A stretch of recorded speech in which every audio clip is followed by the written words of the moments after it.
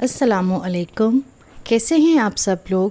امید ہے آپ سب خیریت سے ہوں گے اور آپ سب کا رمضان کا مہینہ بہت اچھا گزر رہا ہوگا۔ آج کی اس ویڈیو میں ہم روزے کے جسمانی اور روحانی کون کون سے فائدے ہیں اس کے بارے میں بات کریں گے۔ تو آئیے شروع کرتے ہیں۔ بسم اللہ الرحمن الرحیم۔ نمبر 1، روزہ انسان کو صبر اور شکر کرنے والا بناتا ہے۔ نمبر 2، روزہ رکھنے سے اللہ تعالیٰ کی رضا اور خوشنودی حاصل ہوتی ہے۔ نمبر 3، روزہ رکھنے سے اخلاق و روحانیت کی قوتیں پیدا ہوتی ہیں۔ نمبر 4، روزہ انسان کے دل و دماغ کو روشن بناتا ہے۔ نمبر 5، روزے میں بھوک پیاس کی تکلیف گناہوں کا کفارہ بن جاتی ہے۔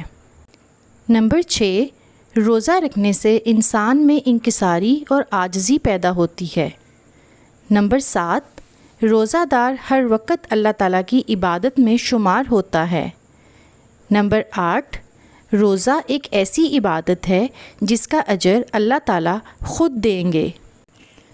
نمبر 9، روزہ انسان میں ایک دوسرے کے لیے ہمدردی پیدا کرنے کا بہترین ذریعہ ہے۔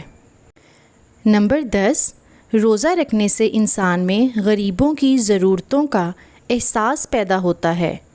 نمبر 11، روزہ جسمانی صحت حاصل کرنے کا بہترین ذریعہ ہے۔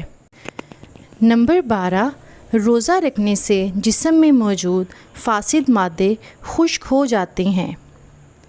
امید ہے آپ کو میری آج کی یہ ویڈیو پسند آئی ہوگی۔